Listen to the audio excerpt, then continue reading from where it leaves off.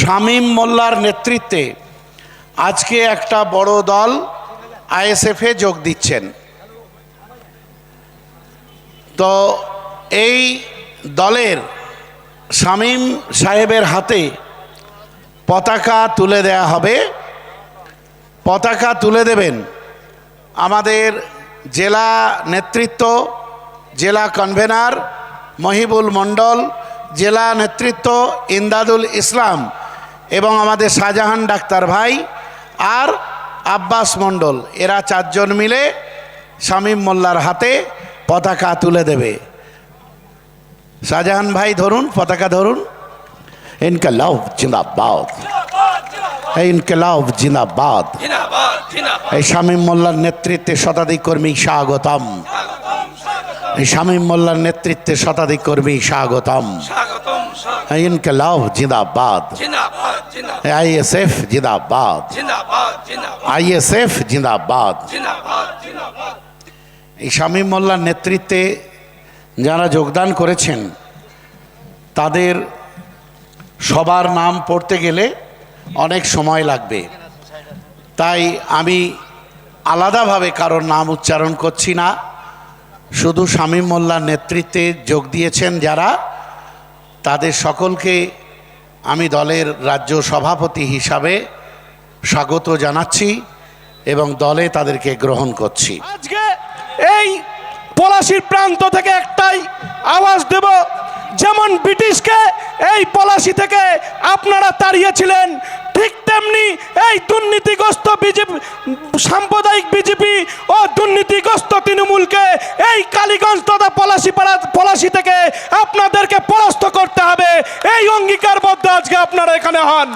এই পলাশীর মাটি ইতিহাসের মাটি, এই পলাশীর মাটি মানুষকে ইতিহাস দেখিয়েছিল। আপনাদেরকে 2026 সালে তৃণমূলকে পরাস্ত করে এই পলাশী থেকে তাদেরকে বিদায় করতে হবে। আপনারা রাজি আছেন তো? গণতন্ত্রের লড়াই, মানুষ লড়াই, সংবিধান, আমাদের দেশ আমাদেরকে সংবিধান দিয়েছে। আপনারা এই আলিফা আহমেদ যারা কিনা উপনির্বাচনে জিতলেও একটা শিশুকন্যার রক্ত নিয়ে খেলা করে, সেই আলিফাকে হারিয়ে এবার নওশাদ সিদ্দিকীর বিধায়ককে ওই পশ্চিমবাংলার বিধানসভায় আপনারা পাঠাতে পারবেন তো? আওয়াজ দেন, পারবেন তো? কোন দুর্নীতিগ্রস্ত চোর চিটিংবাজ তৃণমূল নেতা এই কালীগঞ্জে এবার জিততে পারবে না। আসুন আমরা অধিকারের লড়াই করব, স্বাস্থ্য, শিক্ষা, অন্ন, বাসস্থানের কথা বলবো, বেকার যুবকের কর্মসংস্থানের কথা বলবো, আমাদের কর্মসংস্থানের দাবিতে লড়াই হবে। এই লড়াই সংগ্রাম আমাদের জারি থাকবে। আপনারা আসুন, ইন্ডিয়ান সেকুলার ফান্ডের ছায়াতলে আসুন। সেকুলার ফান্ড একটা সমাজ পরিবর্তন করতে এসেছে। আমরা ক্ষমতা দখলের রাজনীতি করতে আসিনি, আমরা সমাজকে পরিবর্তন করতে এসেছি এবং মানুষের অধিকারের কথা বলতে এসেছি, পিছিয়ে পড়া প্রত্যেকটা জনজাতির অধিকারের কথা বলতে এসেছি। বাবা সাহেব আম্বেদকর যে মৌলিক অধিকার মানুষকে দিয়েছে, সেই অধিকারের লড়াই আমরা করতে এসেছি। এ লড়াই শুধু বেঁচে থাকার লড়াই নয়, এ লড়াই গরিব, খেটে খাওয়া, শ্রমজীবী, মেহনতি মানুষের লড়াই। এ লড়াই তৃণমূল, দুর্নীতিগ্রস্ত তৃণমূল ও সাম্প্রদায়িক বিজেপির বিরুদ্ধে লড়াই। এই লড়াই তামান্নার খুনির বিরুদ্ধে এই লড়াই। এই লড়াই সমগ্র কালীগঞ্জবাসীর এই লড়াই। আজকে এই পলাশীর প্রান্ত থেকে একটাই আওয়াজ দেব, যেমন ব্রিটিশকে এই পলাশী থেকে আপনারা তাড়িয়েছিলেন, ঠিক তেমনি এই দুর্নীতিগ্রস্ত বিজেপি, সাম্প্রদায়িক বিজেপি ও দুর্নীতিগ্রস্ত তৃণমূলকে এই কালীগঞ্জ তথা পলাশী থেকে আপনাদেরকে পরাস্ত করতে হবে। এই অঙ্গীকারবদ্ধ আজকে আপনারা এখানে হন। আমাদের দেশে যে দুটি সরকার মিলেজুলে চলছে, সাধারণ মানুষের মৌলিক যে অধিকার, সমস্ত মৌলিক অধিকার হরণ করার তারা প্রচেষ্টা চালিয়ে যাচ্ছে ছলে বলে কৌশলে। আমরা এই সরকারকে এনেছিলাম ঠিক 14 বছর আগে, বিভিন্ন আশা নিয়ে, আকাঙ্ক্ষা নিয়ে, যে আমাদের রাজ্যে অনেক শিল্প কলকারখানা হবে, আমাদের রাজ্যে শিক্ষার মান উন্নয়ন হবে, আমাদের রাজ্যের ছেলেরা আর বিদেশে বাইরের রাজ্যে পরিযায়ী শ্রমিক হিসেবে পাড়ি দেবে না, আমাদের রাজ্যেই তারা কাজ করবে। আমাদের বাড়ির ছেলেমেয়েরা বিএ পাস এমএ পাস করে বসে থাকবে না, তারা দুমুঠো রুজি রোজগারের জন্য কিছু কর্মসংস্থানের সুবিধা হবে। কিন্তু বাস্তবে কি আমরা তা পেয়েছি? তা পাইনি। আপনারা সেটা আপনাদের বিবেককে প্রশ্ন করুন, নিজেদের মনকে প্রশ্ন করুন। আজকে দেখলাম এই সরকারের আমলে সবথেকে দুর্নীতি যেটা হয়েছে শিক্ষায়। যে শিক্ষা জাতির মেরুদণ্ড, যে শিক্ষা তার সমাজকে এগিয়ে নিয়ে যাবে, সেই দেশকে এগিয়ে নিয়ে যাবে, সেই রাজ্যকে এগিয়ে নিয়ে যাবে, তা এই সরকার, যে সরকার বর্তমানে আমাদের রাজ্যে আছে, সেই সরকার প্রথমেই আমাদের সেই মেরুদণ্ডটা ভেঙে দিয়েছে। আজকে আপনারা ভাবলে অবাক হবেন, আমাদের শিক্ষার প্রাথমিক বুনিয়াদী শিক্ষা হচ্ছে প্রাথমিক বিদ্যালয়।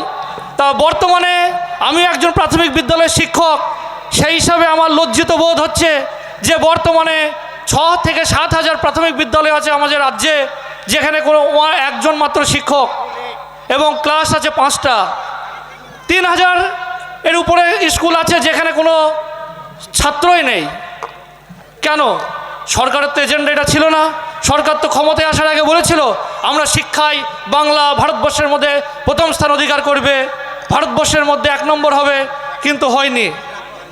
আপনারা দেখুন শিল্প কলকারখানা আজ আমাদের এই কালীগঞ্জ ব্লকেরই বেশিরভাগ লোক পরিযায়ী শ্রমিক হিসাবে বাইরের বিভিন্ন রাজ্যে কাজে যায়, অথচ আমাদের রাজ্যে সেরকম কোনো কাজের সুযোগ নেই।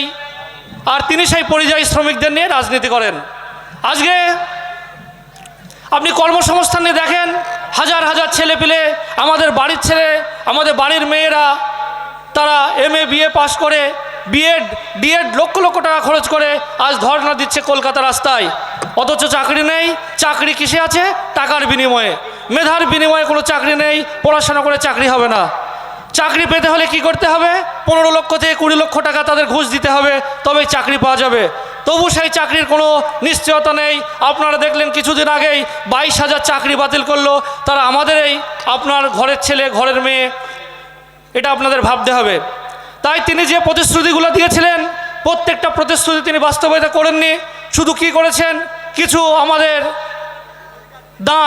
আমাদের অনুদান দিয়েছেন, আর কিছু অনুদান দিয়ে তিনি সমস্তটাই প্রচার করছেন আমি বাংলার সমস্ত উন্নয়ন করেছি। কিন্তু আপনারা সেই দিক দিয়ে আপনাদের নিজেদের বিবেককে প্রশ্ন করুন, আদৌ কি বাংলার উন্নয়ন ঘটেছে, বা বাংলার আগামী ভবিষ্যৎ কি?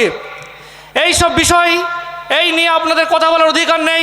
শুধুমাত্র এই 294টা যে বিধায়ক আছে বাংলায়, তার মধ্যে একমাত্র এই আইএসএফের বিধায়ক নওশাদ সিদ্দিকী মহাশয় এই প্রশ্নটা করে।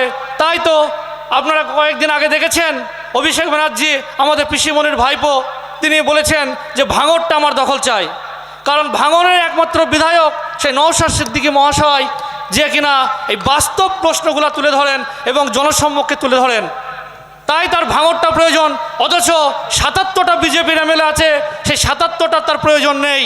77টার জায়গায় 100টা হলেও তোনার কোনো অসুবিধা নেই। এই তো পরিস্থিতি। এই দুটি সরকার মিলে জুলে যে আমাদের জীবনকে চারখার করে দিচ্ছে, সেই নিয়ে আপনাদের ভাববার দিন এসেছে।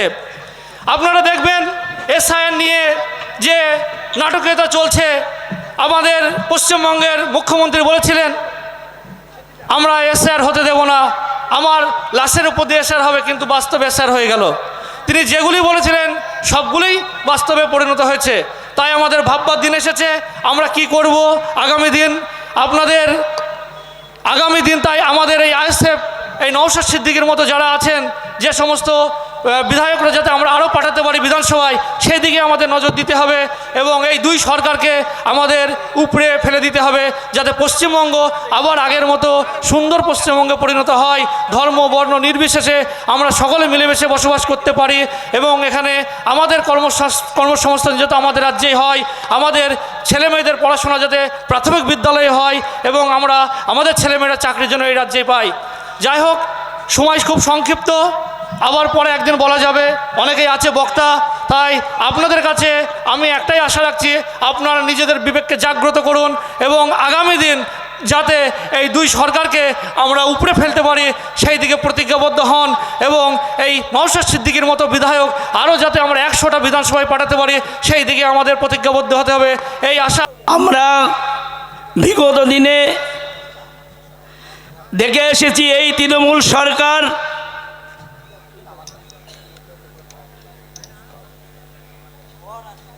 দীর্ঘদিন এই আইএসএফের ওপরে অত্যাচার করছে। এই আইএসএফের ওপর অত্যাচার কেন করছে, এটা সত্যিকারেরই কথা। এই ভারতবর্ষ হলো গণতন্ত্র রাষ্ট্র।